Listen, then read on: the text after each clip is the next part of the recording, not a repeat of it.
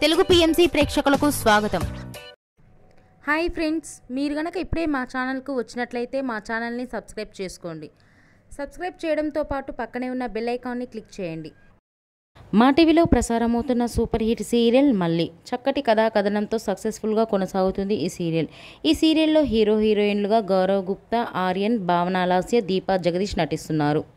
తాజాగా భావనా లాస్య తన లేటెస్ట్ ఫొటోస్ని అభిమానులతో పంచుకుంది. ఆ ఫొటోస్ను మనం కూడా చూసేద్దాం.